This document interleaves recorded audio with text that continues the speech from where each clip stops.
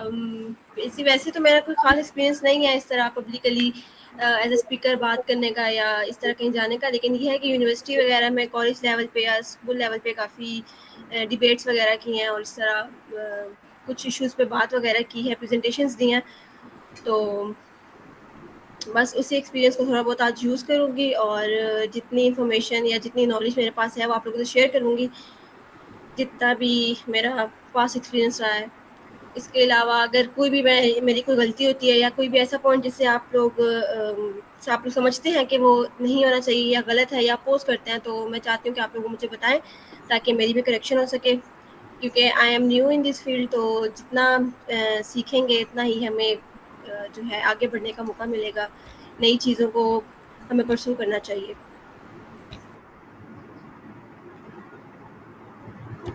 Ji, very thank you madam. मज़ीद अगर किसी का मैडम से कोई भी क्वेश्चन है या मैडम का किसी से कोई क्वेश्चन है तो हम लोग क्वेश्चन कर लें, फिर 905 पे स्टार्ट करते हैं। मैं ज़रा लिंक शेयर करवा दूँ प्लीज़।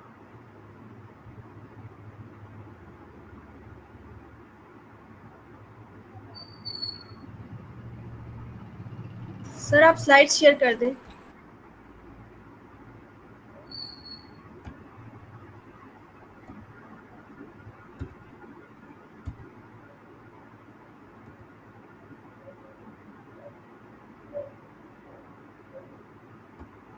आप आ जाएँ और आप फिर शुरू करें सेशन, फिर बाकी देख लेते हैं कितने लोग ज्वाइन करते हैं। बाकी मैं लिंक साथ साथ में रन कर रहा हूँ, ठीक है? Okay sir.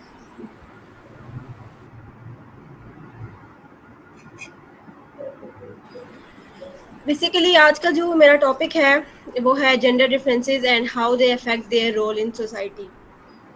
तो इस पे बात करने का मेरा मेनली मकसद ये है कि आजकल जो हमारी जो यूथ है, चाहे वो मेल है, फीमेल है, गर्ल है, बॉय है, कोई भी है, तो उसके दरमियान ये काफ़ी डिफरेंस है कि मैं लड़का हूँ तो मैं ऐसा हूँ, मैं लड़की हूँ तो मैं ऐसे कर सकती हूँ। या फिर अगर हम लोग अपने घरों में देखा जाए तो हमारे पेरेंट्स का भी होता है कि मैं अगर औरत हूँ तो मेरे पास ये हकूक़ होने चाहिए, मर्द हूँ तो मेरे पास ये हकूक़ होने चाहिए। बहन भाइयों के दरमियान भी ऐसा हो रहा था कि ये मेरा राइट है, ये तुम्हारा नहीं है। तो इस पे थोड़ा-सा बात करने का मकसद ये है कि हम लोग चीज़ों को ना एक वे में लेके चलें कि दोनों के पास अपने इक्वल राइट्स हैं। दोनों की जो जेंडर है, वो उनको अपने-अपने राइट्स बताते हैं कि एज़ अ गर्ल हम ये कर सकते हैं और एज़ अ बॉय हम ऐसा कर सकते हैं। सर नेक्स्ट स्लाइड ओपन कर दें प्लीज़। Thank you. सबसे पहले तो हमें पता होना चाहिए कि जेंडर बेसिकली है क्या? अगर हम इसको आम अल्फाज में बात करें अगर उर्दू में, तो जेंडर एक हमारा एक ख़ासियत है हमारी, एक फ़िज़ियोलॉजिकल ट्रेट है, जो कि हमें माशरे में रहने के तौर तरीके बताती है और हमें बताती है कि हमारे क्या रिस्पॉन्सिबिलिटीज़ हैं या हमें एक सोसाइटी में किस तरह चलना चाहिए, रहन-सहन का तरीका, हमने क्या ओढ़ना-पहनना है, हमने आगे किस तरफ अपने आप को लेके चलना है या फिर हमारे क्या जो है मोरल्स होने चाहिए, क्या हमारे गोल्स होने चाहिए। ये सब चीज़ें जो हैं हमारे जेंडर से रिलेटेड होती हैं।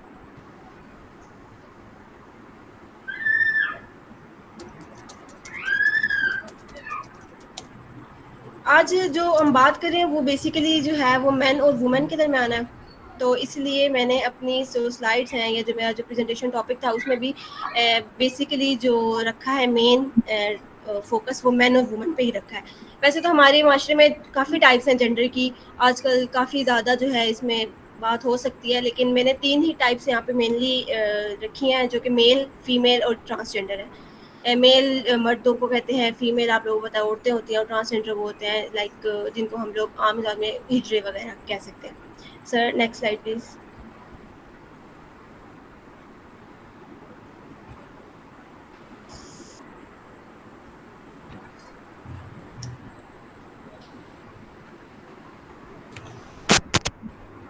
अब जो नेक्स्ट हम बात करते हैं वो है difference between main and women कि एक मर्द और औरत में बेसिकली डिफरेंस होता क्या है, ठीक है? पहली बात तो ये कि इनका जेंडर का डिफरेंस आ रहा है कि एक मर्द है और एक औरत है, ठीक है? सेकेंडली हम लोग देखते हैं कि मर्दों का शुरू से यही है कि वो अपनी फीलिंग्स जो हैं वो दबा के रखते हैं, लाइक वो बहुत ज़्यादा एक्सप्रेसिव नहीं होते और उनको फिजिकली बहुत कैरेक्टरिस्टिक में कहा जाता है कि यार वो स्ट्रॉन्ग है, वुमेन जो है वो थोड़ी वीक है। इसके अलावा जो एक बरसों पुरानी एक रिवायत चलती आ रही है जो हमारे सकाफत का जो हिस्सा है, हम लोग जो समझते हैं हमारा ट्रेड वो यही है कि मर्द ने जो है घर चलाना है, बाहर से कमा के लाना है, अपनी एक फैमिली को जो है सपोर्ट करना है। मतलब इस तरह के जितने भी मेहनत और मुशक्क़त वाले काम हैं वो हमेशा से मर्दों के हिस्से में आए हैं। और अब हमने घरों में ही देख लिया, हम लोग जब एक लड़का रोता है तो उसको हम यही बोलते हैं कि नहीं तुमने रोना नहीं है, तुम मर्द हो, तुम लड़के हो, तुम रो नहीं सकते हो।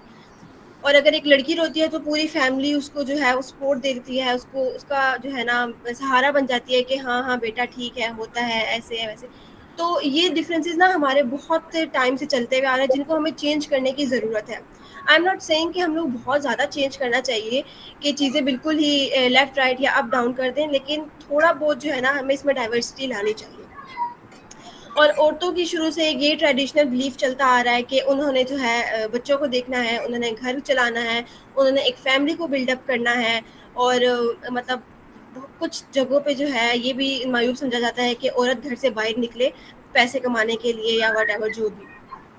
तो ये एक शुरू से ना हमारे पाकिस्तानी कौम में भी काफ़ी ज़्यादा ये चीज़ है कि वो औरतों को यही कहते हैं कि यार ये घर के हैं, और मर्दों का यही है कि वो बाहर के जो है ना काम वगैरह सँभालें। तो ये एक बेसिक डिफ़रेंस है जो कि मर्दों और औरतों में रखा जाता है। सर नेक्स्ट स्लाइड कर दें।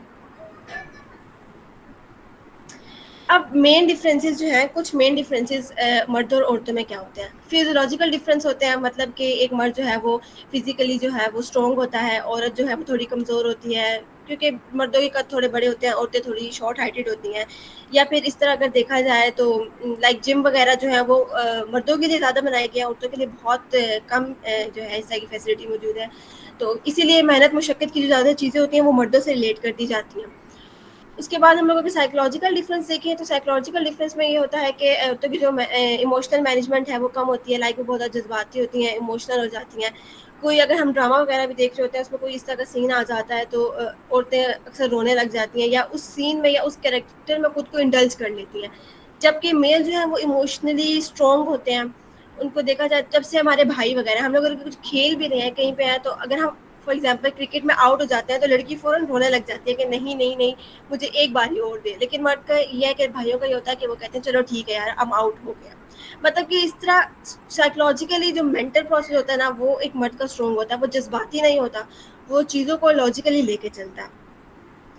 इसके अलावा मल्टीटास्किंग के डिफरेंसेस आ जाते हैं। मल्टीटास्किंग में कहा जाता है कि औरत ज़्यादातर आगे है, मर्दों का ये है कि वो मतलब एक चीज़ को लेके चलते हैं, फिर दूसरी चीज़ को, फिर तीसरी। लेकिन अब हम अपने घर के एग्जांपल्स अगर लेते हैं, जैसे हमारी मदर्स हैं, ठीक है? वो एक तरफ बर्तन धो रही होंगी, दूसरी तरफ उन्होंने मशीन लगाई हुई होगी, तीसरी तरफ वो किसी बच्चे को देख रही होंगी, चौथी तरफ वो टेस्टिंग कर रही होंगी।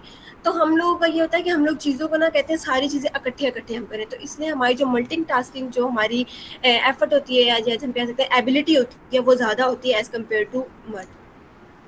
Sir next slide please. ठीक है।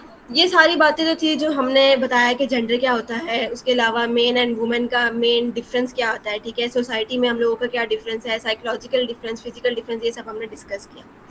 अब जो role of man and women in society है उसकी हम लोग बात करते हैं कि एक मर्द और एक औरत का माशरे में असल जो किरदार है वो क्या होता है।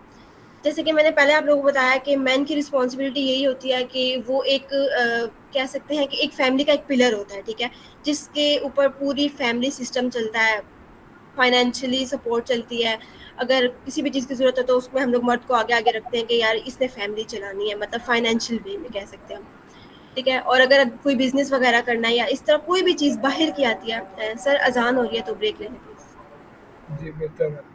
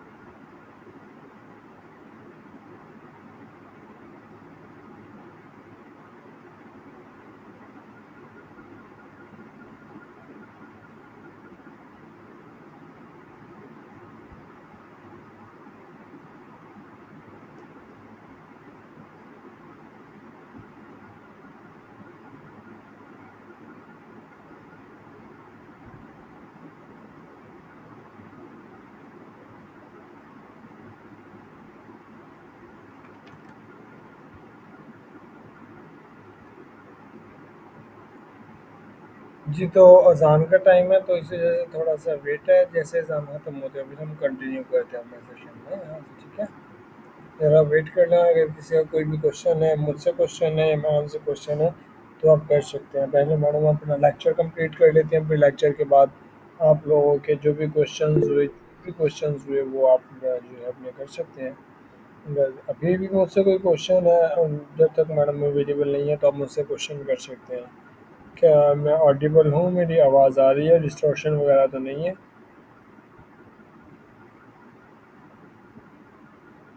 जी प्लीज़, क्या मैं ऑडिबल हूँ? जी, यस। ऑडिबल है, आवाज़ सही आ रही है।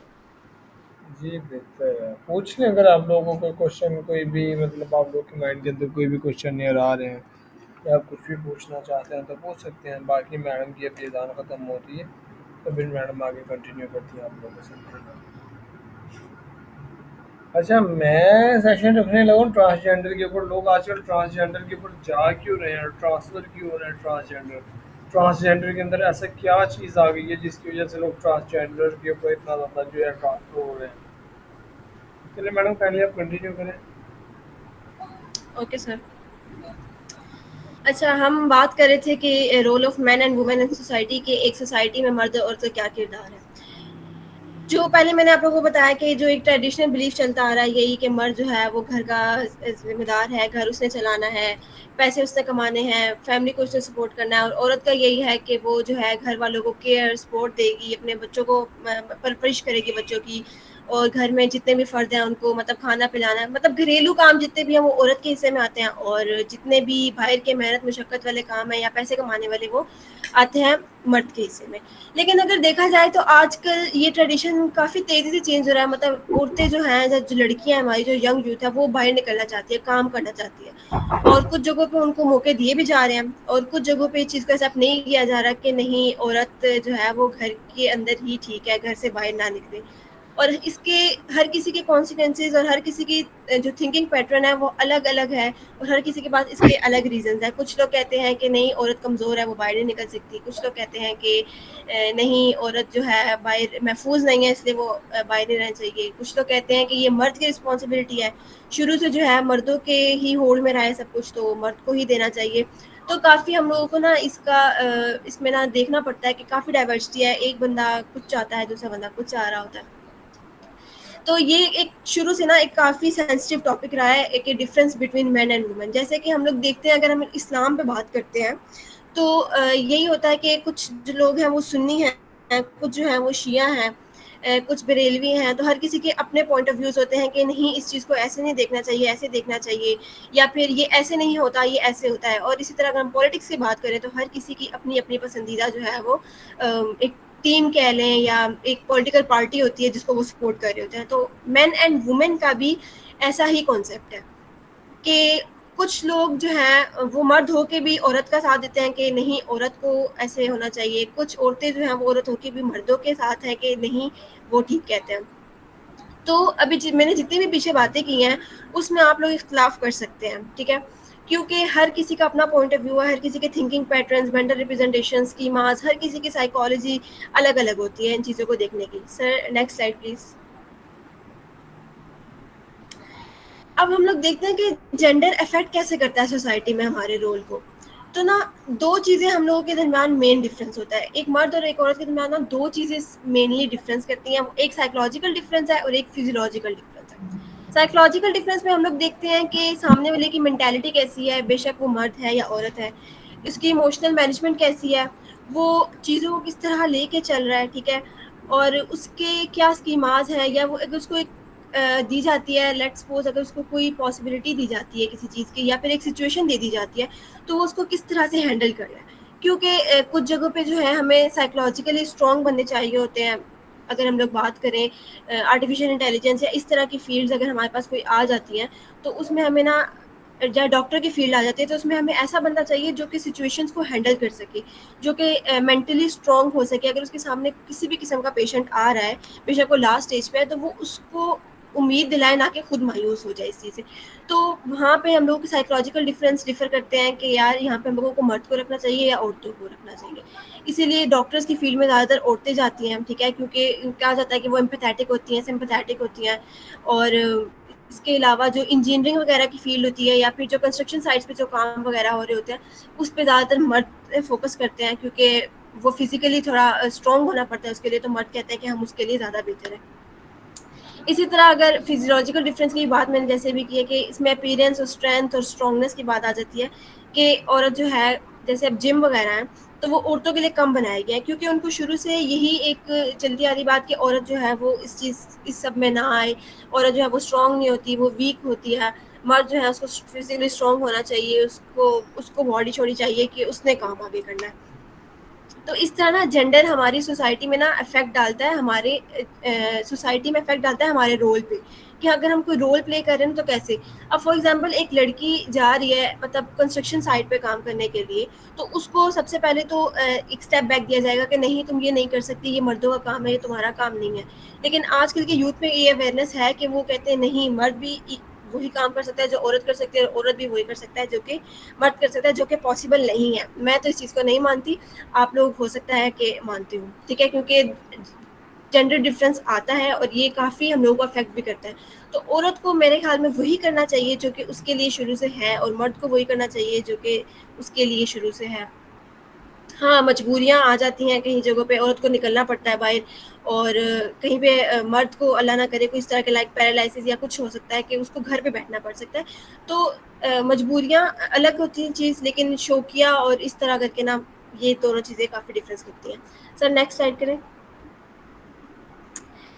अच्छा, जनरल डिस्कशन में ये मैंने टॉपिक इसलिए रखा है क्योंकि डिस्कशन हमेशा एक बंदे में तो होती नहीं है, 2 से 3 लोगों के दरमियान होती है। एक अपना पर्सपेक्टिव बताता है, दूसरा अपना पर्सपेक्टिव बताता है। तो इसमें हम लोग जो है डिस्कशंस में कुछ पॉइंट्स ऐड कर सकते हैं, लाइक राइट्स की बात कर सकते हैं कि मर्दों और औरतों के बेसिक राइट्स क्या हैं।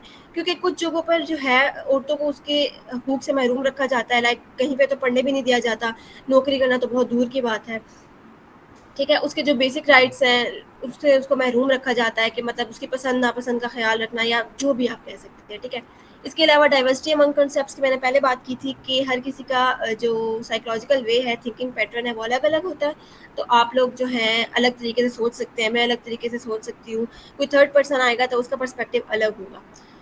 तीसरी चीज़ जो सोशल इश्यूज आते हैं रिलेटेड जेंडर, इसमें हमारे पास क्या चीज़ें आ सकती हैं। इसमें लाइक एक औरत है, ठीक है, उसके जो सोशल इश्यूज जो उसको देखने पड़ते हैं, अगर वो घर से बाहर निकल रही है तो उसमें रेप आ सकता है, ठीक है। उसमें इस तरह के जो सोशल इश्यूज लाइक बहुत सारे इश्यूज हैं जो कि एक औरत को घर से बाहर निकलने के बाद फेस करने पड़ते हैं, कि उसके साथ जो बाकी लोग काम कर रहे हैं, कि मतलब उसको किस तरह का इन्वायरमेंट मिल रहा है। लाइक यूनिवर्सिटीज़ में ही देख लें हम लोग कि जब बच्चे लड़के लड़कियां इकट्ठे पढ़ते हैं तो उधर भी बहुत सारे मसले स्टार्ट हो जाते हैं, कि लड़के लड़कों को अलग मसले हो रहे होते हैं, लड़कियों को अलग मसले हो रहे होते हैं। लड़कियां कुछ जगहों पे सेफ फील नहीं करती कि यार हमारे क्लास फेलोज ऐसे हैं, या अगर वो कहीं पे काम कर रही हैं तो उनको इस नज़र से देखा जाता है, लाइक अगर वो मजबूरी में घर से बाहर निकल रही है तो उनकी मजबूरी का फायदा उठाने की भी कोशिश की जाती है। तो इसमें अब लड़कों का अगर सोशल इश्यूज मैं बयान करूं तो उसमें हमारे पास ज़्यादा है कि अब लड़का जो है उसने मैट्रिक कर लिया, ठीक है, चले सेकंड ईयर कर लिया, तो उसके बाद ही उसके घर वाले कहने लग जाते हैं कि यार बस, अब वो एक्सपेक्ट कर रहे होते हैं कि अब कुछ कमाएगा, ठीक है। और लड़का भी है वो तकरीबन 19-20 की उम्र से ना परेशान होना शुरू हो जाता है कि यार मैं अपने घर वालों को कैसे फीडअप करूँ, मैं कैसे सपोर्ट करूँ। जबकि घर वालों को भी ये बात पता है और बच्चे को भी ये बात पता है कि अभी वो जो है ना पढ़ रहा है, ठीक है, अभी वो नॉलेज गेन कर रहा है, अभी पॉसिबल नहीं है। लेकिन फिर भी एक ट्रेडिशनल बिलीफ है कि नहीं, लड़के ने हमें कमा के खिलाना है, इस वजह से लड़के भी डिप्रेस रहते हैं, घर वाले भी एक्सपेक्ट कर रहे होते हैं। जबकि हमारी सोसाइटी में चाहिए कि हम लड़कों को एटलीस्ट उनकी पढ़ाई कंप्लीट करने दें, उनको स्टेबल होने दें, तब जाके उनसे एक्सपेक्ट करें कि यार हाँ ठीक है, ये हमें कमा के खिलाएगा। क्योंकि पहले का दौर, और अगर हम लोग बात करें तो हमारे पेरेंट्स यही बोलते हैं कि मैं तुम्हारी उम्र में था तो मैं कमा रहा था, but they have to understand कि वो दौर और आज का दौर बहुत मुख्तलिफ है। पहले 20-21 साल का लड़का शादी कर सकता था, अब 20-21 साल का लड़का पढ़ाई भी कंप्लीट नहीं करता, और पढ़ाई कंप्लीट होती है 25 ईयर्स में, ठीक है। 25 ईयर्स में आप बीएस कर रहे हो, आप बीएस कर रहे हो, 25 ईयर्स की उम्र एज में, ठीक है, और उसके बाद आपको बीएस के बाद भी कोई खास नौकरी नहीं मिलती है, ठीक है। आपको कहीं लेक्चरर बनना है तो वहाँ पे लिखा हुआ आता है कि एमएस एमफिल चाहिए, उसके लिए हमें जीपीए भी जो है 3 से ऊपर चाहिए, ठीक है। इस तरह की कहीं भी हम लोग जाए ना तो वहाँ पे बीएस की इतनी खास वैल्यू नहीं है। बहुत कम ऑर्गेनाइजेशन ऐसी हैं जो कि आपको बीएस पे भी अच्छी जॉब पे रख लेती हैं। तो जहाँ पे औरतों को मसाइल देखने पड़े हैं, वहाँ पे हमारे जो मर्द हैं उनको भी मसाइल वैसे ही फेस करने पड़े हैं। तो इसके अलावा आप लोगों का कोई सवाल है, कोई अपोजिशन है तो आप लोग कर सकते हैं, आप लोग अपोज कर सकते हैं। You are all open. Thank you.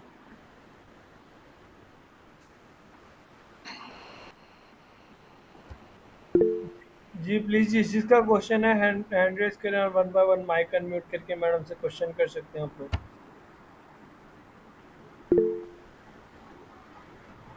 Mic unmute करके क्वेश्चन कर सकते हैं आप लोग।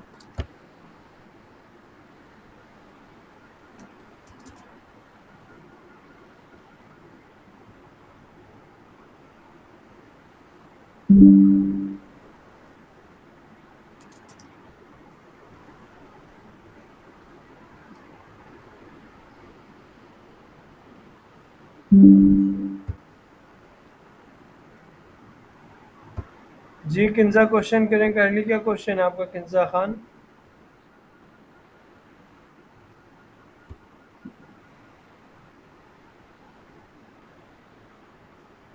जी कंजा खान क्वेश्चन करें, काइंडली क्या क्वेश्चन है आपका? माइक अनम्यूट करें और क्वेश्चन करें प्लीज़। जिस जिसका भी क्वेश्चन है हैंड रेज कर दें, हम आपके क्वेश्चन सुन रहे हैं। जो भी क्वेश्चन है हम आपके क्वेश्चन को क्लियर करेंगे।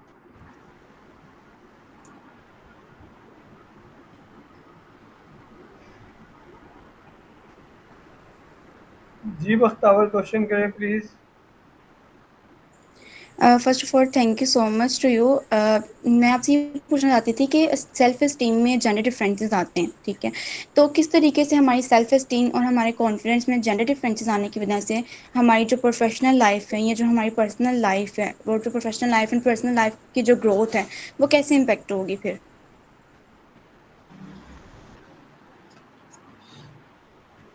देखिए, जो हमारी जो सेल्फ इस्टीम है, जिसको हम लोग खुद एतमादी कहते हैं, ठीक है, वो हर इंसान में होती है। हर इंसान चाहता है कि वो एक इंडिपेंडेंट लाइफ गुजारे, या वो एक मतलब वो अलग से एक अपनी एक पहचान बनाए, ठीक है। उसमें जेंडर डिफरेंसेस इस तरह आ सकते हैं कि लाइक अगर मेल है, वो अपनी सेल्फ इस्टीम को सेटिस्फाई करना चाह रहा है या वो सेल्फ इंडिपेंडेंट होना चाह रहा है, तो उसको फैमिली सपोर्ट सबसे पहले मिलती है, ठीक है। वो उसकी फैमिली कहती है हाँ बेटा ठीक है, जाओ तुम कमाओ, ठीक है, तुम करो काम। लेकिन जहाँ पे एक लड़की अगर खड़ी होनी चाहे, एक लड़की अगर अपनी सेल्फ स्टीम पे बात करना चाहे या सेल्फ इंडिपेंडेंट होना चाहे या अपने लिए कुछ करना चाहे, तो सबसे पहले उसको जो रोकते हैं वो उसकी फैमिली होती है, ठीक है। और सेकेंडली उसको जो रोकती है वो उसकी सोसाइटी होती है, ठीक है। अब जैसे कि अगर हम बात करें पिंडी इस्लामाबाद की एरिया की, क्योंकि मैं बेसिकली पिंडी से बिलोंग करती हूँ, तो अगर कोई लड़की बाहर जा रही है, ठीक है, 9 to 5 अगर वो काम कर रही है, एक दिन वो जाएगी, 2 दिन वो जाएगी, तीसरे दिन जब वो जाएगी ना, तो उसके रास्ते में 2 से 3 लड़के लाज़मी खड़े होंगे। आई बेट यू कि ऐसा होता है। क्यों होता है? क्योंकि लोग देख लेते हैं कि यार ये यहाँ से गुज़र रही है, ये यहाँ से जाएगी, ठीक है? फिर जब लड़की ये सब देखती है ना घर से बाहर निकलने के बाद, तो फिर उसको ना सबसे पहले फिर वहीं से उसको ना एक स्टेप बैक करने का मौका मिल जाता है कि नहीं यार, मैं नहीं कर सकती।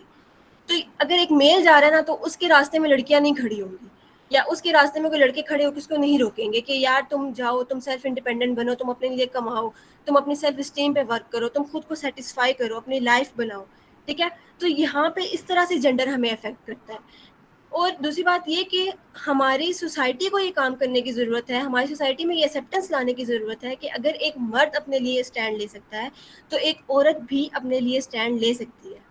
ये जेंडर डिफरेंस जो है, ये सोसाइटी में ख़त्म करने की ज़रूरत नहीं है हमें, हमें इसको कम करने की ज़रूरत है कि यार अगर एक लड़का बाहर निकल रहा है, तो एक लड़की को भी आप अपॉर्च्युनिटीज़ दो, एक लड़की को भी आप मौका दो कि वो आपके साथ बाहर जा सके। Hope so you get answer. Okay thank you. Sir Moin, मेरा आपसे क्वेश्चन था कि जैसे हमने बात कर ली कि जेंडर डिफरेंसेस होते हैं और किस तरीके से वो हमारी सोसाइटी में हमारे रोल्स को इफेक्ट कर रहे होते हैं, तो इसमें अगर आप कुछ जो है वो साइकोलॉजिकल इफेक्ट्स को भी ऐड करें कि कौन कौन से साइकोलॉजिकल इम्पैक्ट्स हो सकते हैं हमारी पर्सनालिटी पर due to this? General reference के हवाले से हमारी जो आपका क्वेश्चन मुझे समझ में नहीं आया, काइंडली दोबारा रिपीट कीजिएगा, क्या क्वेश्चन था आपका? सर सर मेरा ये क्वेश्चन है कि जैसे हमने बात कर ली ना कि जेंडर डिफरेंसेस क्या होते हैं और किस तरीके से वो हमारे रोल्स को इफेक्ट कर रहे हैं सोसाइटी में, ठीक है, ये तो होगी बात। लेकिन मैं यहाँ पर ये पूछना चाह रही हूँ कि उनकी वजह से जो जेंडर डिफरेंसेस मेल्स और फीमेल्स में आ रहे हैं, उनकी वजह से मेल और फीमेल की किस तरीके से पर्सनैलिटी इफेक्ट हो रही है, उन पर साइकोलॉजिकल इम्पैक्ट क्या पड़ता है। अच्छा, जैसे कि मैडम ने यहाँ पे बताया कि एक लड़की जब जॉब के लिए निकलती है तो पहले नंबर पे उसे फैमिली प्रेशर होता है, सेकंड नंबर पे जो है फीमेल जेंडर की मैं पहले बात कर ले रहा हूँ, उसे फैमिली प्रेशर भी होता है, कुछ मजबूरियों की वजह से जाती हैं और उसे फिर जाते हुए रास्तों के अंदर कुछ इस तरह के मसाइल दरपेश होते हैं। जब इस तरह के मसाइल दरपेश होते हैं तो वो उसका सेल्फ स्टीम लो होना शुरू हो जाता है। लो किस वजह से होना शुरू हो जाता है? क्योंकि उसे मोटिवेशन की बजाय डिमोटिवेशन मिलती है, पहली चीज़, ठीक है। और दूसरे नंबर पे इसमें ये होता है कि जब वो डिमोटिवेट होना शुरू हो जाता है, कोई भी पर्सन हो, आप हो या मैं हो, अगर किसी को भी डिमोटिवेशन मिले ना तो डिमोटिवेशन जितना मर्जी मोटिवेटेड पर्सन हो, जब उसके ऊपर डिमोटिवेशन के कुछ भी 2 से 3 अल्फाज भी कह दिए जाए ना, तो अच्छा खासा बंदा जो वहाँ पे गिर जाता है, काम करते करते गिर जाता है, तो फिर वो अपने काम को अच्छी तरह से सर अंजाम नहीं देता। तो इसके बाद उसको कोई भी फीमेल है उसके ऊपर क्या साइकोलॉजिकल इफेक्ट्स आना शुरू होते हैं। साइकोलॉजिकल इफेक्ट्स ये आना शुरू होते हैं कि वो ओवर थिंकिंग के अंदर चला जाता है, पर वो फीमेल जो ओवर थिंकिंग में चली जाती है। फीमेल ओवर थिंकिंग करती है, रास्ता चेंज करूँ, किस तरह से करूँ, किस तरह से मैनेज करूँ, घर भी है, घर भी नहीं है, फिर ओवर थिंकिंग आती है, ओवर थिंकिंग के बाद स्ट्रेस आ जाता है, स्ट्रेस के बाद फिर बहुत सारे ऊपर के अपर लेवल के इश्यूज आ जाते हैं। ये नहीं होता कि जब लाइक इसकी सिंपल सी एग्जांपल मैं ये देना चाहूँगा कि हम डॉक्टर हैं तो डज नॉट मीन्स कि हम बीमार नहीं होते हैं, हम भी बीमार होते हैं। एक टाइम पे हमें भी मेडिसिन की ज़रूरत पड़ती है, ऐसा ही है।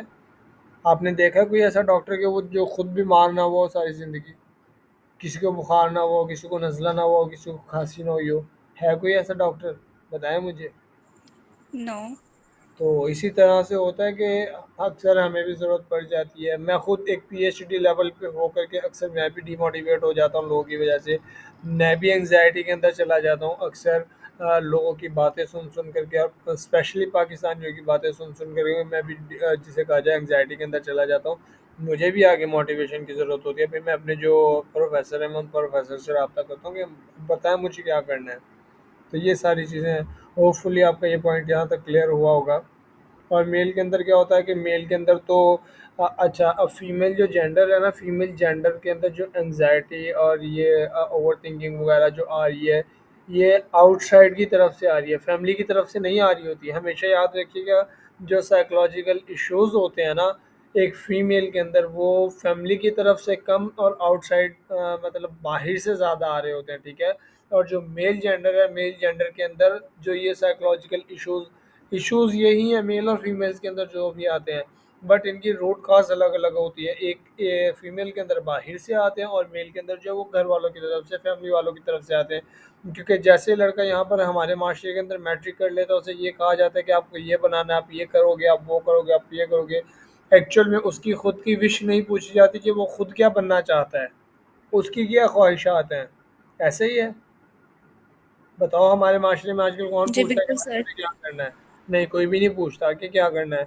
जबकि सब उसके ऊपर जो है डंडा, जिसे कहा जाए डंडा पहलवान लेकर बैठे होते हैं कि जी जनाब साहब तुमने ये करना है तो बस ये करना है, हमें नहीं पता तुमने ये करना है तो ये करना है। ऐसे ही होता है ना। तो मेल के अंदर जो साइकोलॉजिकल इश्यूज आ रहे होते हैं वो फैमिली की तरफ से आ रहे होते हैं, याद रखना। और जब मेल जो है अपने क्या नाम है बाहर निकलता है ना घर से, तो उसके जो साइकोलॉजिकल इश्यूज होते हैं ना वो काफ़ी हद तक रिजॉल्व हो जाता है। क्यों?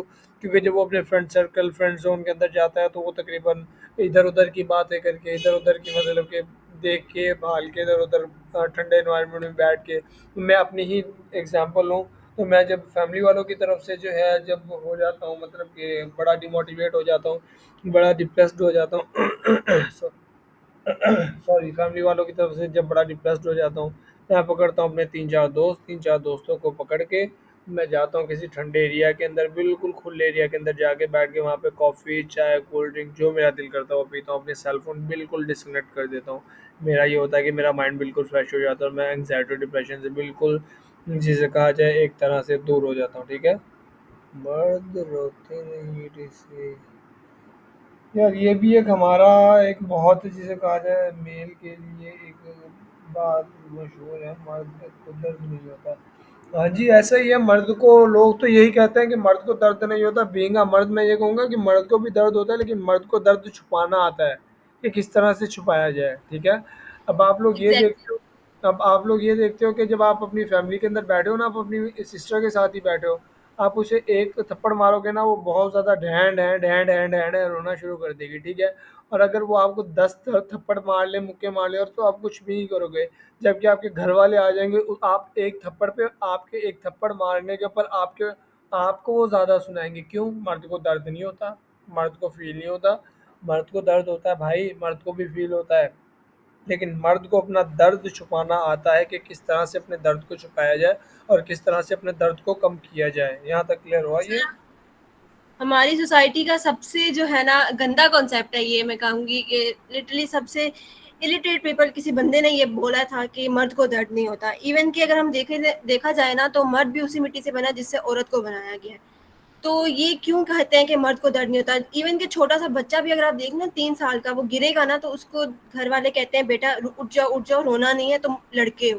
और अगर लड़की गिर जाती है ना, तो उसका बाप, उसका भाई, उसके मामू मामा सब आ जाते हैं कि बेटा लगी तो नहीं, लगी तो नहीं। तो ये जो नेग्लेक्शन दी जाती है ना मर्दों को, तो फिर उस वजह से ना आज भी मर्द अपने फीलिंग्स एक्सप्रेस करने से डरता है कि अगर मैं किसी के सामने रोऊंगा तो दुनिया मुझ पे हंसेगी। जबकि देखा जाए तो मर्द कहीं पे हमसे ज़्यादा डिप्रेस होते हैं। जब वो बाहर जाते हैं ना, तो उनको ना बॉस ने अगर डाँट दिया है या उनके एम्प्लॉय से लड़ाई हो गई है या अगर बाहर के ट्रैफ़िक में अगर उनके साथ कोई मसला हो गया है, तो वो घर आके इसी डर से नहीं बताते कि हम लोग कहाँ जाएँगे? हम लोग अगर कुछ बताएँगे तो हम पे लोग हँसेंगे कि यार तुम मर्द हो के ऐसी बातें कर रहे हो। जबकि लड़की को अगर बाहर कुछ कह देना तो वो घर आके बताती है, तो सब उसकी ढाल बन जाते हैं। बल्कि भाई वगैरह तो बाइक निकाल लेते हैं कि यार चलो हम तुम्हारे लिए लड़ेंगे कि तुम्हारे साथ गलत हुआ।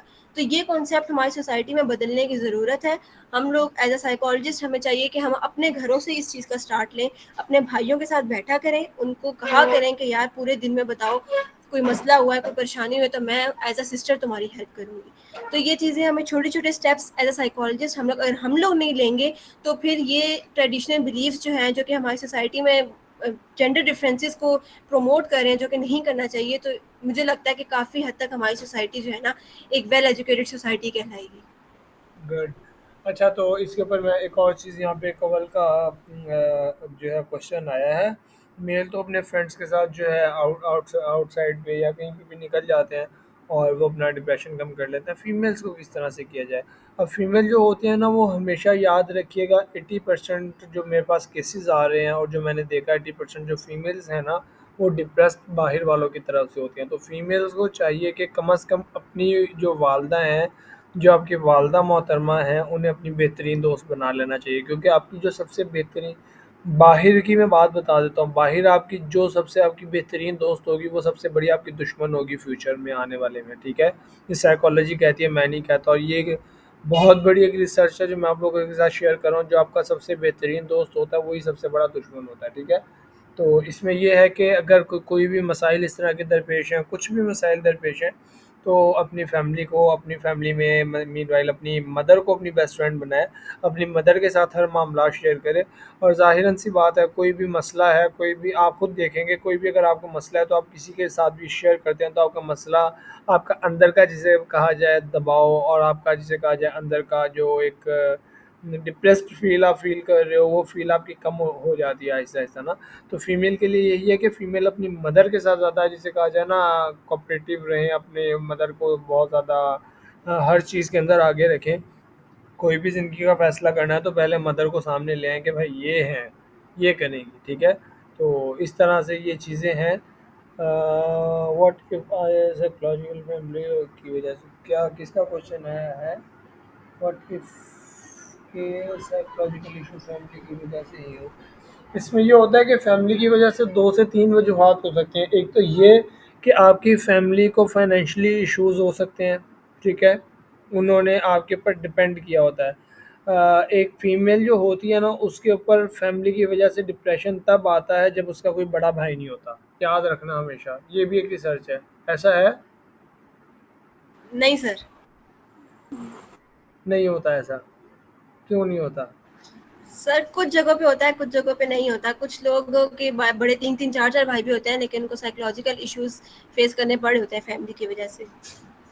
या तो वो फिर साइकोलॉजी के स्टूडेंट्स होंगे, इस वजह से करने पड़ रहे होंगे, या कोई और मसले होंगे, क्योंकि जहाँ तक हमारी थ्योरी के मुताबिक फीमेल्स के अंदर मतलब कि फैमिली की तरफ से डिप्रेशन तब डेवलप होता है जब उनके कोई ऊपर बड़ा भाई या उनके पेरेंट्स या उनके मतलब के मदर या फादर नहीं होते, या उन्हें जिसे कहा जाए फाइनेंशियली प्रॉब्लम्स होती हैं, तो तब लड़की को बहुत ज़्यादा प्रेशराइज बर्डनाइज किया जाता है कि तुमने काम करना है, तुमने जॉब करना है, घर का सर्कल तुमने चलाना है, तुम बड़ी हो, तुमने देखना है, सब तुम करोगी, सब तुम करोगी। जिस सादिया गफ़ार, क्या क्वेश्चन है आपका? प्लीज़ क्वेश्चन कीजिएगा, आपका हैंड रेज हुआ है।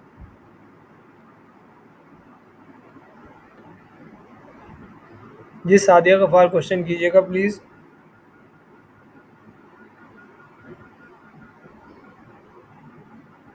और बख्तावर ने सर अभी मैंने आपकी बात सुनी है, आपने बहुत अच्छा पॉइंट दिया था कि फीमेल जो होती हैं उन्हें बाहर की तरफ से ज़्यादा प्रॉब्लम्स होती हैं, और अभी आपने कहा है कि फीमेल्स जो होती हैं उनको घर से भी प्रॉब्लम हो जाती हैं जब उनके कोई बड़े भाई नहीं होते हैं। मेरे ख्याल से ये दोनों पॉइंट्स में देखा जाए तो फीमेल को बहुत साइकोलॉजिकल इश्यूज होते हैं, बाहर से भी होते हैं, अंदर से भी होते हैं एट अ सेम टाइम, जबकि उसके बड़े भाई हैं या नहीं हैं। और ठीक है। मुझे लगता है कि फीमेल्स को फैमिली की तरफ से ज़्यादा इशू होते हैं। जहाँ तक मेरा नॉलेज है, जो मैं चेक कर रहा हूँ अभी तक, जो मैं देख रहा हूँ, जो मैंने अभी तक केसेस देखे हैं, उसमें ये फैमिली की तरफ से जब लड़की शादीशुदा हो जाती है तब उसे फैमिली की तरफ से ज़्यादा प्रॉब्लम्स आना शुरू होती हैं। अनमैरिड वुमेन, अनमैरिड लड़की जो है उसको वो नहीं होते हैं इश्यूज, अगर उसका बड़े भाई हैं, काम कर रहे हैं, वेल स्टेबल हैं, अच्छी सैलरी सर वगैरह। सर अगर हम फाइनेंशियल इश्यूज के अलावा अगर हम बात करें, लेट्स सपोज अगर उसके बड़ा भाई है, कमा रहा है, फादर भी हैं, सब कुछ है, लेकिन फिर भी उसको साइकोलॉजिकल इश्यूज हैं, तो उसके लिए एक लड़की को क्या करना चाहिए? क्योंकि घर से बाहर निकलने की उसको इजाज़त नहीं होती है, हैंग आउट वो कर नहीं सकती, और तो उसको क्या करना चाहिए इन सब चीज़ों को हैंडल करने के लिए? असल में बात बेसिक हमारी मसला पता है क्या है? हम है तो मुसलमान, सॉरी, हम है हम हैं तो मुसलमान, लेकिन एक्चुअल में हमारा अल्लाह के ऊपर ना बिलीव नहीं है। ठीक है? तो ये होता है कि लड़की घर में तो रहती है, लेकिन उसका घर वालों के साथ कनेक्शन इतना अच्छा नहीं होता है। बेसिक जो पॉइंट है ना, घर वालों के साथ कनेक्शन अच्छा नहीं होता है। अब जैसा कि आप लोग जानते हैं, स्क्रीन एडिक्शन आजकल बहुत ज़्यादा हो चुकी है। लड़कियों को कुछ साइकोलॉजिकल इश्यूज़ जो हैं वो स्क्रीन एडिक्शन की वजह से भी आते हैं। किस तरह से आते हैं कि वो ऑल टाइम किसी ने रील्स देखना है, असाइनमेंट्स बनानी है, काम करना है, ये करना है, वो करना है, जिससे लड़कियों के अंदर मोस्टली चिड़चिड़ापन आ जाता है। और लड़कियों के अंदर स्पेसिफिक अल्लाह पाक ने कुछ ऐसा सिस्टम बनाया हुआ है जिस टाइम के अंदर लड़कियों को मूड स्विंग्स आना शुरू हो जाते हैं, बहुत ज़्यादा चिड़चिड़ा हो जाती हैं, चिड़चिड़ापन आना शुरू हो जाता है बहुत ज़्यादा, जिसे कहा जाए वो ओवर पोजेसिव हो जाती हैं, बहुत ज़्यादा जिसे कहा जाए वो रेस्ट के ऊपर आ जाती हैं, जो कि उनकी फैमिली को नहीं अच्छा लगता। अब क्यों नहीं अच्छा लगता, आप इसके पीछे की रीज़न पूछें, अब इसके पीछे की रीज़न देखें। पिछले के जो लोग थे ना, वो खाते थे देसी फूड्स, ठीक है? वो अच्छी हेल्दी डाइट्स खाते थे, और आजकल हम क्या खा रहे हैं? हम क्या इनटेक कर रहे हैं? अपने आप से क्वेश्चन करें, हम क्या इनटेक कर रहे हैं? हम सब कुछ आर्टिफिशियल खा रहे हैं। Junk foods. यहाँ तक कि हम आटा फ्लोर जिसे हम कहते हैं वो भी हम आर्टिफिशियल खा रहे हैं, ओरिजिनल आटा नहीं खा रहे हैं हम लोग, ठीक है? तो वो उन चीज़ों की वजह से हमारे अंदर जो ओरिजिनल, जो हमें एक पावर चाहिए होती है, जो हमें एक ओरिजिनल जिसे कहा जाए एक हेल्दी माइंडसेट के लिए हमें जो चीज़ चाहिए होती है, हमें वो चीज़ मिल ही नहीं रही है। अब यहाँ पे मैं थोड़ा-सा पर्सनल पॉइंट फीमेल्स का हाइलाइट करूँगा। मेंस्ट्रुअल सर्कल का ऊपर मैं थोड़ा-सा यहाँ पे डिस्कशन करना चाहूँगा। मेंस्ट्रुअल सर्कल को मैं यहाँ पे हाइलाइट करना चाहूँगा। जब वुमेन, अब आजकल की लड़कियों को जब मेंस्ट्रुअल सर्कल हो रहा है तो मूड स्विंग्स आ रहे हैं, ये हो रहा है, वो हो रहा है, दर्दें हो रही हैं, फलाँ हो रहा है, ढिमका हो रहा है। फिर उसके बाद वहाँ पे जो अख्तलाफात शुरू हो जाते हैं, माँ के साथ ही ज़्यादा अख्तलाफात शुरू हो जाते हैं। हमारे दौर में तो नहीं होता था, हमें तो पता भी नहीं चलता था, ये हो गया, वो हो गया, हमें तो नहीं होता था, ये नहीं होता था। उनको ये चीज़ अवेयर करने की ज़रूरत है कि आपके दौर के अंदर कुछ और थे खाने-पीने के निज़ाम, सोने के निज़ाम कुछ और थे। आप लोगों के दौर के अंदर सेल फ़ोन नहीं थे। हम एक 24th सेंचुरी के अंदर जी रहे हैं, 24th सेंचुरी के अंदर सेल फ़ोन भी है, स्क्रीन टाइम है, और हमें वो चीज़ें भी प्रोवाइड नहीं की जा रही हैं जो चीज़ें आप लोगों को प्रोवाइड की गई। मेरे खुद के अक्सर घर वालों से इस चीज़ पे इख्तलाफात हो जाते हैं, मेरे वालिद साहब के साथ इस चीज़ पे इख्तलाफात हो जाते हैं। लोग कहते हैं कि तू इतना सा काम करके थक जाता है, जबकि मैं तो इतना काम करता था, थकता नहीं था। तब मेरा ये जवाब होता है कि आप लोग तब खाते थे देसी घी, अब मुझे कोई देसी घी ला करके दे दो, खिलाओ मुझे भी महीना, मैं भी आपके जितना काम करके दिखा देता हूँ। आप लोग देसी घी खाते थे, देसी दूध पीते थे, हमें तो ओरिजिनल दूध भी नहीं मिलता है आजकल की दुनिया में, आजकल की जो जनरेशन है, हमें तो दूध भी नहीं मिलता है वो चीज़ें। तो हम आपका मुकाबला किस तरह से कर सकते हैं? तो इस चीज़ को लेकर फिर फाइट हो जाती है कि तू ज़ुबान दराज हो गया है, तू ज़ुबान दराजी कर रहा है, आगे से हमें डिग्रेड कर रहा है, तुझे इसलिए पढ़ाया है कि तू हमारी रिस्पेक्ट नहीं कर रहा है। इस वजह से फिर लड़का डिप्रेस्ड हो जाता है कि बोल रहा हूँ तो मैं फंस गया हूँ, नहीं बोल रहा हूँ तो मैं फंस गया हूँ। फीमेल्स के भी ये इशू है, बोल रही हूँ तो मैं फंस गई हूँ, नहीं बोल रही हूँ तो मैं फंस गई हूँ, बोल रही हूँ तो मुझे ये सिखाया जा रहा है कि हमारे माशरे में तो ऐसा नहीं होता था, ऐसे होता था, वैसे होता था। नहीं बोल रही हूँ तो इस वजह से फंस गई हूँ कि तेरा उस लड़के के साथ कोई चक्कर तो नहीं, गली के कॉर्नर के ऊपर खड़ा होता है, जब तू आती है तो वो गली के कॉर्नर के ऊपर खड़ा होता है, तेरा उससे कोई लिंक तो नहीं है, तो उसे जानती तो नहीं है, तुम्हारा नाम तो नहीं खराब कर दिया, तुम्हारा नाम तो नहीं डुबो दिया। ऐसे ही होता है, ऐसे ही होता है।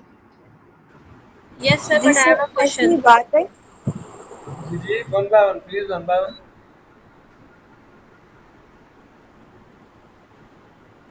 सर बिल्कुल ऐसी बात है। मेरे ख्याल से हमें चाहिए कि हम जो ये जो जनरेशन गैप है, ऑब्वियसली उन्होंने डिफरेंट चीज़ फेस की है, हम डिफरेंट चीज़ फेस कर रहे हैं। इसको हम लोग जितना भी चाहें कम करने की कोशिश करें, बट इस तरीके से हम कम नहीं कर सकते हैं तो एग्जैक्टली हमारे जैसे ही सोचें। तो आई थिंक सो कि यहाँ पर मैनेज करने की ज़रूरत हमें है कि हम किस तरीके से अपने जो बड़ों के बिलीव्स हैं उनको किस तरीके से उनको समझाएं। इसमें मेरे ख्याल से ये चीज़ बेहतर रहेगी कि हम उनसे कामली इस चीज़ के ऊपर डिस्कस करें कि अब पहले ये चीज़ ऐसे थी और अब ये चीज़ ऐसे है, इसके बजाय इसके कि हम लोग उनके साथ जो है वो आगे से उनको एग्रेसिव बिहेवियर शो करवाएं। बिल्कुल ऐसे ही है। आप लोगों को खुद को वही ना कि आप खुद बेहतर हैं तो दुनिया बेहतर है। जब आप लोगों के खुद के सर में दर्द है ना, तो आपको दुनिया भी बुरी लगती है, आप लोगों को किसी का बोलना भी बुरा लगता है, ठीक है। जब आप खुद बेहतर हो तो हर एक चीज़ बेहतर है, ठीक है। यहाँ तक क्लियर हुआ। तो यहाँ पे आप लोगों को भी ज़ाहिरन सी बात है, मेरे वालिद साहब हमेशा एक एग्जांपल देते हैं कि ताली हमेशा दोनों हाथों से बजती है, कभी भी एक हाथ से ताली नहीं बजती है। अगर आप डिप्रेशन के अंदर जा रहे हो, अगर आप स्ट्रेस के अंदर जा रहे हो, तो मीनवेल ताली दोनों हाथों से बज रही है, आपकी साइड से भी, या फैमिली की साइड से, या बाहर आउटसाइड से, दोनों साइड से ताली बज रही है।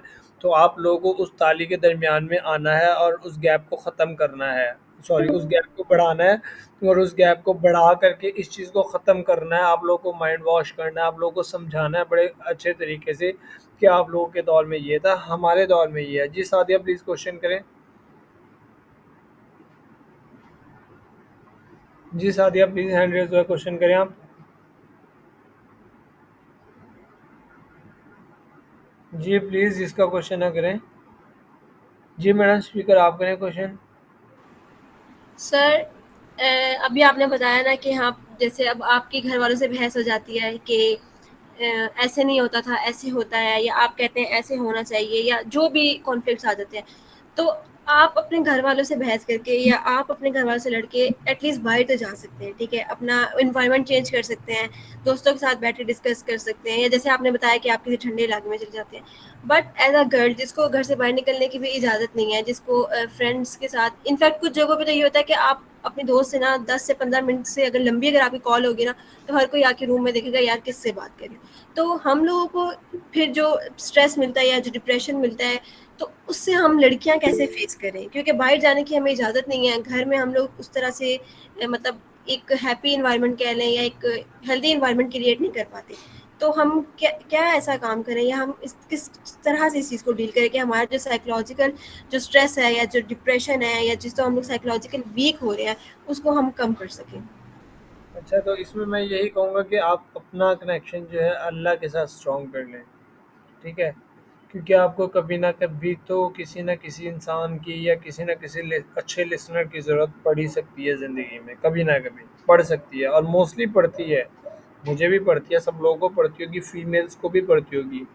चलो मैं मेल नहीं, मैं अपने आप को फीमेल फीमेल बना करके आप लोगों को ये एग्जांपल समझा देता हूँ कि ज़रूरत पड़ती है हर हर पर्सन को ना किसी अच्छे लिसनर की। और अच्छा लिसनर कौन होता है? अच्छा लिसनर जो है सिर्फ एक ज़ात है, हमेशा याद रखना, कोई भी साइकोलॉजिस्ट अच्छा लिसनर नहीं होता। साइकोलॉजिस्ट सिर्फ आपकी प्रॉब्लम तक ही आपका अच्छा लिसनर है। जब तक आप उसे पे कर रहे हो तब तक वो आपका अच्छा लिसनर है। जब आपने पे करना बंद कर दिया है तो वो भी आपको नहीं सुनेगा। वो कहेगा ठीक है भाई, आज के बीमार होते कल बीमार हो जाओ, आज के मरते कल मर जाओ, हमें कोई फ़र्क नहीं पड़ता। ठीक है, एक चीज़। दूसरी चीज़, अच्छा लिसनर कौन है? सबसे बेहतरीन लिसनर जो है वो अल्लाह है। ठीक है, अब मुझे ये बताओ, आप लोग नमाज कितने टाइम की पढ़ते हो जब आप लोग डिप्रेशन के अंदर होते हो? अब यहाँ पे सब लोग कहेंगे हम 5 टाइम की नमाज पढ़ते हैं। कौन कहेगा कौन 5 टाइम की नमाज पढ़ता है? हैंड रेज़ करो ज़रा। कौन पढ़ता है 5 टाइम की नमाज? डिप्रेशन में छोड़ देते हैं नमाज नॉर्मली। अच्छा, इसमें ये होता है कि नमाज के अंदर पता है क्या होता है? नमाज का एक्चुअल में आप लोगों को नमाज का पता है? नमाज होता क्या है? नमाज का मतलब क्या है? नमाज दी क्यों गई है हमें? क्या होता है नमाज में? बताओ। जी परी बताओ। जी परी बताओ प्लीज़, माइक अनम्यूट करके। सर नमाज का मतलब पता है कि आप अल्लाह के सामने सरेंडर कर रहे हैं और अपना दुख और अपनी तकलीफ अल्लाह को बता रहे हैं।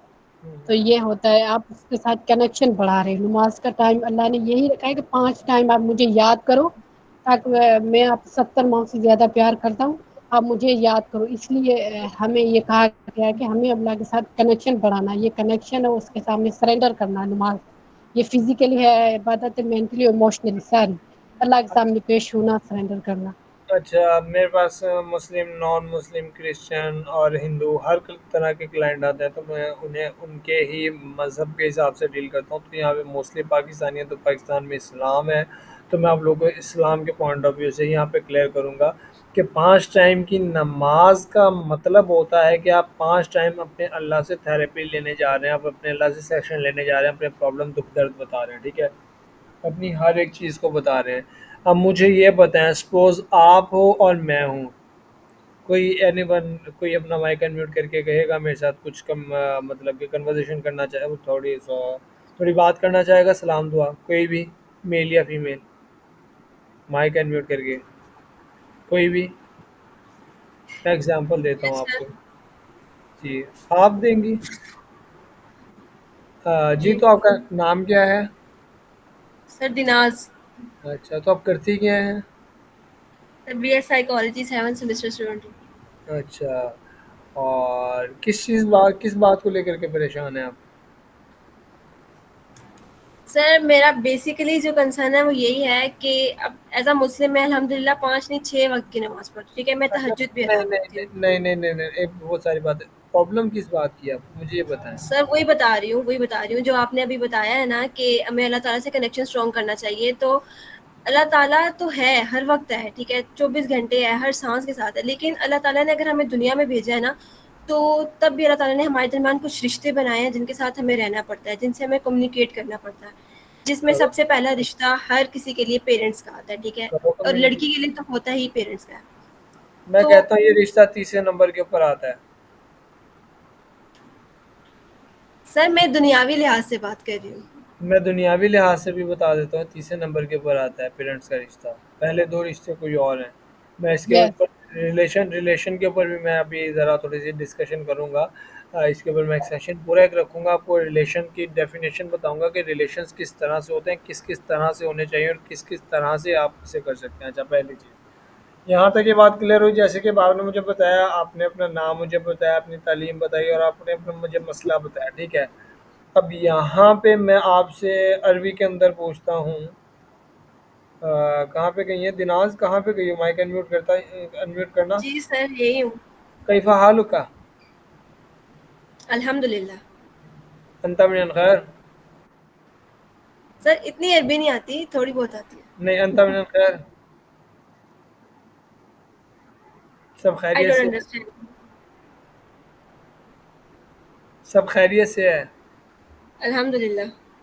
ये ज़्यादा बेहतर था या जो मैं अरबी के अंदर आपसे कम्युनिकेट करने की कोशिश जो मैं आपसे कम्युनिकेशन करने की कोशिश कर रहा था, वो ज़्यादा बेहतर था, ये बताओ? सर एज़ उर्दू स्पीकिंग ये बेहतर है। अच्छा, अब मुझे बताओ, नमाज़ उर्दू के अंदर है?